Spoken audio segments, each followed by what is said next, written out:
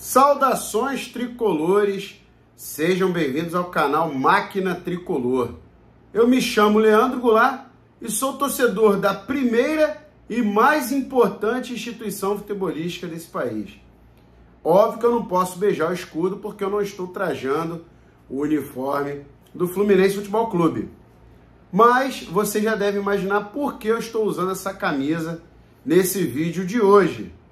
Afinal de contas, André, o melhor volante do Brasil, como canta a nossa torcida, eu sou um dos que canta, foi convocado para o amistoso da seleção brasileira contra o Marrocos. Uma convocação mais do que merecida.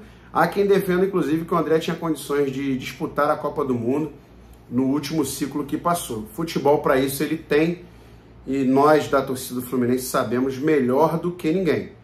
E vou levantar aqui um tema e ao mesmo tempo bater um papo com vocês sobre Fluminense, seleção brasileira e mostrar para você que está assistindo esse vídeo que a ligação entre Fluminense e seleção brasileira é simplesmente gigantesca. Você que está assistindo esse vídeo certamente foi doutrinado pela imprensa que clube atrelado à seleção brasileira é o Botafogo, né? É isso que a imprensa fala para você desde que você nasceu, por conta deles terem tido uma quantidade boa de jogadores na Copa de 58 e de 62, onde o Brasil foi campeão e, na sequência, bicampeão. Campeão em 58 na Suécia, bicampeão em 62 no Chile. Mas eu vou mostrar para vocês que a história não é bem essa não, tá? Mais uma vez eu venho aqui através do canal, olha a importância desse canal para a torcida do Flusão, para mostrar para vocês quem é o verdadeiro time que tem uma história espetacular com a seleção brasileira. Mas antes de eu começar a fluminenciar aqui com vocês, não se esqueçam, dá o like, se inscreve no canal, compartilhe o vídeo nos grupos de WhatsApp e mandem ver nos comentários. Essas 4 coisas aqui, que não custa absolutamente nada, vão ajudar muito o crescimento do canal. Se você acha que o canal merece, que eu mereço, dá essa força aí. Então, vamos fluminenciar. Vou começar aqui fazendo uma introdução com a história da seleção brasileira, entrelaçada com a do Fluminense, e depois eu faço aí uma análise sobre essa convocação do André. A gente pode dizer não, isso é fato, tá? Eu costumo dizer que o Fluminense tem história com H, o Fluminense não tem história com E. A seleção brasileira nasce no dia 21 de julho de 1914. Onde? Aqui pertinho, Rua Álvaro Chaves, número 41. Onde, posteriormente, viria a ser construído o primeiro estádio do país, que é o Estádio das Laranjeiras, hoje chamado de Estádio Manuel Schwartz. O primeiro jogo foi contra o Exeter City, da Inglaterra, e, além do fato do Fluminense organizar a primeira partida da história da seleção, né? Foi no nosso campo, por isso nós somos o berço do futebol brasileiro.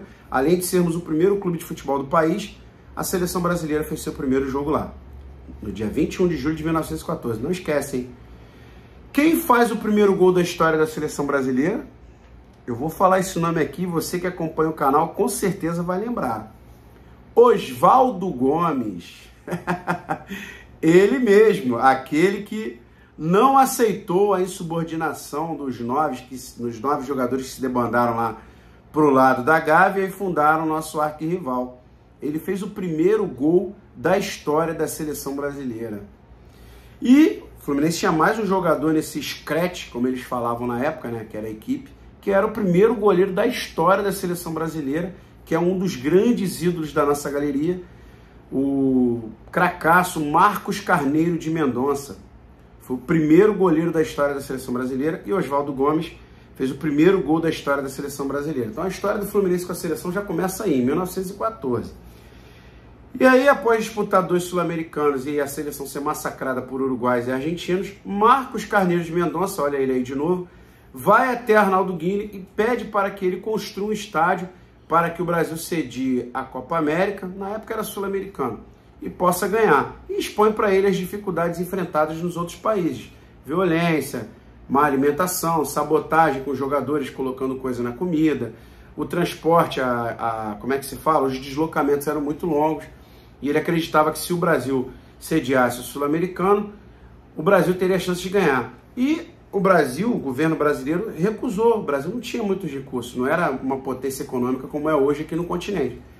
E quando o Marcos Carneiro de Mendonça fez esse pedido a Arnaldo Guine atendeu prontamente e se uniu com outros sócios do Fluminense e construiu o primeiro estádio do país, que se chama Estádio das Laranjeiras, atual Manuel Schwartz.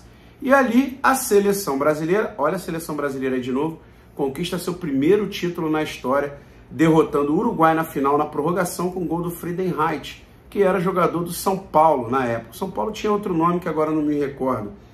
Acho que era Floresta, São Paulo Atlético, era alguma coisa do tipo. Em 1922, a seleção brasileira conquista seu segundo título, no centenário, né, da independência. Mais uma vez o Brasil cedia o torneio e a seleção brasileira vence novamente. Vale registrar que o Brasil nunca perdeu uma partida sequer jogando em Laranjeiras. Portanto, se a seleção brasileira tiver um lugar para chamar de casa, né, a gente não tem o hábito de jogar sempre no mesmo estádio, como por exemplo na Argentina. A casa da seleção argentina é o Monumental de Nunes. A seleção brasileira não tem uma casa, mas se tem um lugar que ela poderia chamar perfeitamente de casa, é o Estádio das Laranjeiras, porque lá ela nasceu, lá ela nunca perdeu, lá ela conquistou seu primeiro título e outros títulos também. E aí a gente vai dar um pulo agora para a Copa de 1930. O primeiro capitão da história da seleção brasileira numa Copa, que foi a de 1930 no Uruguai, chama-se Preguinho, ídolo imortal. Olha outro nome aí que eu já falei aqui nos vídeos do canal. Preguinho, ele mesmo, multiatleta do Fluminense, um dos 4 pilares aí que eu considero na história do clube, ao lado de Oswaldo Gomes, Castilho e Frederico. Preguinho é o capitão da seleção brasileira na primeira Copa do Mundo que a seleção disputa. Ele faz 3 gols e Preguinho também faz o primeiro gol da história da seleção brasileira numa Copa. Esse gol foi contra a Iugoslávia, numa derrota de 2-1. Quer mais um dado sobre essa Copa? Vou falar para vocês aqui que a imprensa nunca te contou e nunca vai te falar. O primeiro pênalti defendido por um goleiro da seleção brasileira na história das Copas foi defendido pelo Veloso numa vitória da seleção brasileira por 4-0 diante da Bolívia. E esse goleiro jogava onde? Pois é, Veloso era goleiro do Fluminense. Primeiro pênalti defendido na história foi por um goleiro do Fluminense na Copa do Mundo de 1930, numa derrota, aliás, numa vitória sobre a Bolívia. O primeiro gol foi marcado pelo Preguinho, assim como ele era o artilheiro, aliás, o capitão da seleção. Agora vamos para a Copa de 1954, que tem uma situação muito legal, muito interessante. Nós não fomos campeões, mas foi a segunda Copa do Castilho. O Castilho jogou 4 Copas do Mundo, venceu 2. Ele jogou em 50 no Brasil, 54 na Suíça, 58 na Suécia e 62 no Chile. Só que tem um fato muito curioso na Copa de 54. Pela primeira e única vez na história, isso nunca mais se repetiu, 2 goleiros do mesmo time foram convocados. Castilho e Veludo, que era a reserva do Castilho no Fluminense. Revezava, tá? Veludo também às vezes era titular, era um goleiraço. Em 1954, Copa da Suíça, primeira vez na história. Suíça? Ou foi na Alemanha? Ih, rapaz, tô falando besteira. Não, a Copa de 54 foi na Alemanha.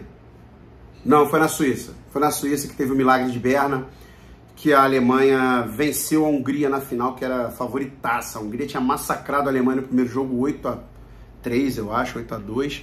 E na final, a Alemanha conseguiu derrotar a Hungria e conquistou seu primeiro título na história. O milagre de Berna. Foi na Suíça mesmo. O Fluminense cedeu 2 goleiros. Isso foi a primeira e última e única vez até hoje. Nunca um time cedeu 2 goleiros para a mesma Copa do Mundo. E aí vamos à Copa de... Não preciso falar de 58, 62. Vamos falar da Copa de 70. O Fluminense tinha 2 jogadores naquela seleção, o Marco Antônio e o Félix. E o Félix era o goleiro da seleção brasileira. Nos representou. O Félix foi campeão carioca em 69, campeão brasileiro em 1970, após ter disputado a Copa do Mundo no México e ter sido campeão, e campeão carioca em 71, naquela final histórica contra o Botafogo, que o Marco Antônio disputa com o Birajara, a bola sobra para o Lula. E foi campeão carioca também em 73. Eu acho que ele foi campeão em 75, 76 também, mas ele já era reserva na máquina, tá? Mas é um personagem histórico. Olha como o Fluminense tem uma história muito bonita com os goleiros, isso é muito legal. E aí, Copa de 70, 74, 78, 82, 86, Branco já, da seleção brasileira, sofre o pênalti contra a França, que poderia nos dar classificação às semifinais, mas o Zico, ídolo lá do arquirrival, bateu o pênalti sofrido pelo Branco, perdeu, o jogo foi para a disputa de pênaltis e o Brasil foi eliminado. Chega na Copa de 94, primeiro título que a minha geração viu com a seleção brasileira. Todo mundo fala do Romário e tudo mais, mas ele tem um gol inesquecível naquela Copa, que para muitos, se ele não tivesse acontecido, acho que para todos, o Brasil não seria tetracampeão, que é o gol de falta do Branco, um jogador oriundo da gente, tricolor, enfim, não preciso nem falar do Branco, né, na história do Fluminense, faz aquele gol espetacular de falta contra a Holanda na vitória por 3-2. E o Branco jogava em qual time mesmo quando ele foi convocado para aquela Copa? Fluminense Futebol Clube. Pois é, no meio de tantos jogadores que atuavam na Europa, o Fluminense tinha um representante que fez aquele gol salvador nas quartas de final, que a gente passou para a semi contra a Suécia, depois para a final contra a Itália. Assim, eu acho que eu não vou falar mais, eu acho que o que eu já falei aqui mostra toda a ligação que a nossa instituição tem com a seleção brasileira. Eu acho que eu vou até beijar o escudo da seleção, não fiz no começo do vídeo, mas tem que fazer, porque essa camisa aqui se confunde com essas cores. A seleção brasileira nasceu no Fluminense. O Fluminense construiu o primeiro estádio para que a seleção brasileira pudesse conquistar seu primeiro título. O futebol brasileiro, a gente pode dizer que nasceu no Fluminense. A certidão de nascimento está lá. Se tivesse uma certidão, estaria lá. Não se iludam com esse papo de que o Fluminense não é o primeiro clube de futebol do país. Ele é. Eles falam que é a Ponte Preta, né? A Associação, o Rio Grande, né? Esporte Clube Rio Grande. Esporte Clube não é futebol clube. Assim como a Associação Atlética Ponte Preta não é futebol clube, é uma associação atlética. Quando teve futebol lá, a gente não sabe. A instituição foi fundada, porém, o futebol a gente não sabe quando foi introduzido. O Fluminense não, foi fundado em 1902 para a prática do futebol por Oscar Cox e companhia. Beleza? Então, eu acho que eu fiz aí uma introdução muito legal. Tenho certeza que quem assistiu esse vídeo vai sair muito orgulhoso com tudo que eu falei aqui sobre Fluminense e seleção brasileira. E vão falar também, caramba, eu não sabia disso, porque a imprensa não me contou. Pois é, meus amigos, seu algoz do time lá da Lagoa, os remadores, tem um preço muito alto, tá? Não é legal a gente arrebentar sempre eles, causar frustrações, dores históricas na vida deles, né? Centenário, Fla-Flu da Lagoa e tanto. Não é legal cantar musiquinha, ganhar Fla-Flu normal, mas a gente paga um preço bizarro por conta disso. E um deles é você ver a imprensa associando a seleção brasileira a Botafogo por causa da Copa de 58, 62. Enquanto isso, a história do Fluminense fica escondida. E agora, falando da convocação do André, pule de 10, como tem um dito aí do turf, né, das corridas de cavalo. Pule de 10 é aquele cavalo que todo mundo sabe que vai ganhar. O André, todo mundo sabia que ia ser convocado, era questão de tempo. Um craque, joga muito, um jogador que, além da qualidade técnica, tem uma personalidade absurda. Ele, muito jovem, ano passado, na final, Fla-Flu, diante do Maracanã lotado, ele foi o dono do jogo, sejamos francos. Apesar do Cano ter feito gol, ele foi soberano, assombrou a todos, não só a rubro-negros como tricolores, a personalidade, a maturidade. Parecia que era um jogador de 30 anos que já tinha jogado na Europa e voltou para jogar no Brasil. Um moleque, tomando conta do jogo, arrebentando ali naquela partida. E agora ele é convocado, a gente sabe que isso daí com certeza vai valorizar o passe dele. E eu espero muito que a gente, além de vender por um valor muito grande para encher os cofres do clube, que a gente venda para um clube gigante da Europa. O Fluminense tem que aprender isso também, não é só negociar bem não. É associar a marca dele a grandes clubes da Europa, negociar com grandes clubes da Europa. Isso fortalece muito a nossa marca e também valoriza muito os nossos jogadores. Tomara que o André tenha a oportunidade de entrar em campo, porque às vezes acontece muito isso, o jogador é convocado e nem entra em campo. E que ele possa representar muito essa instituição, que ele ama muito, tá? E para finalizar o vídeo, eu vou contar aqui 2 cenários que eu tenho com o André. O primeiro foi quando eu vi ele jogando pela primeira vez. Ele era do Sub-17, aí estava em campo João Pedro, Marcos Paulo, Luiz Henrique, ele, Luan Freitas, Martinelli, Calegari, André, enfim, essa galera toda, Pitaluga. E, cara, eu lembro que eu tenho muita intimidade com os funcionários lá no clube. Quando eu cheguei com 3 minutos de bola rolando, eu falei assim, caramba, quem é aquele moleque ali? Porque a gente não sabe o nome, né, cara? Tu vai ver um jogo de base pela primeira vez, tu conhece os moleques, tem que perguntar. Geralmente eu pergunto pros pais, que estão sempre na arquibancada, mas nesse dia eu tava na beira do gramado ali com os funcionários, perguntei para eles. Eles falaram, pô, saiu o André. Falei, caramba, cara, esse moleque joga muita bola. O André era o capitão, tá? A mesma personalidade que você tá vendo aqui, ele já demonstrava lá. Falei, caramba, esse moleque joga muita bola, cara. Que isso? Beleza. A segunda vez que eu o vi foi num Fla-Flu, final do Sub-17. Passando um mosquito bem aqui.